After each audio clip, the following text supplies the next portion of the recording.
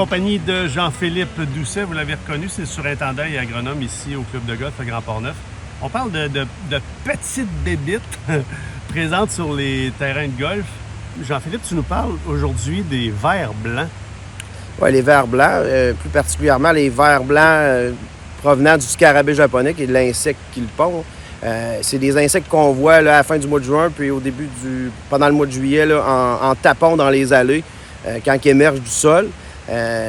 Aujourd'hui, je voulais parler un peu du cycle de cet insecte-là, puis quand on va le traiter, parce que quand on voit l'adulte, c'est sûr que c'est impressionnant, mais c'est pas le bon moment pour faire nos applications pour contrôler cet insecte-là. Après ça, c'est la période d'accouplement.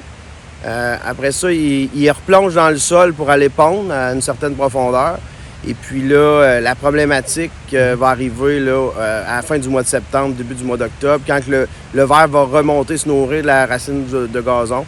Et c'est à ce moment-là que la moufette, les ratons, les oiseaux vont tous aller le chercher dans le sol et tout labourer le gazon. C'est à ce moment-là que vous prenez une décision en équipe d'y aller en contre-attaque.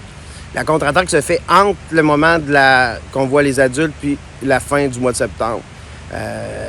Le traitement se fait à la fin du mois de juillet, début août, pour aller chercher la larve à son plus petit stade. C'est là qu'on peut avoir un bon succès dans le traitement. OK. Il consiste en quoi, le traitement? C'est un produit, c'est un pesticide de synthèse qui a une durée de vie de 4 semaines. Fait qu'il faut vraiment le timing, il faut aller le chercher au bon moment dans le mois de fin juillet, début août pour aller rencontrer la petite larve qui est sensible, plus sensible quand elle est petite. L'année 2 du ver blanc, dans le fond, la larve est rendue trop grosse pour la contrôler. Elle va refaire des dommages en mai, fin mai, début juin. À ce moment-là, si ton traitement de l'année précédente a été bien ciblé, bien localisé, ben, c'est là que tu vas voir que ton contrôle a été correct. Si jamais tu as raté ton coup, c'est là que tu le vois aussi.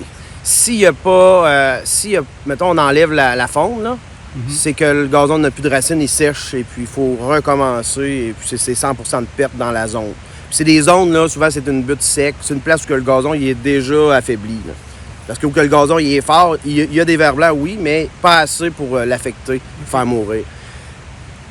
Et là, à ce moment-là, quand le gazon sèche, ces places-là, il est facile à arracher. Fait que c'est là que les moufettes, les ratons, ils vont dans ces zones-là. Puis là, ils tassent toute la tourbe déjà fragilisée pour se nourrir du ver blanc. Ben, je te laisse retourner travailler. Merci, Hugo. Bonne journée.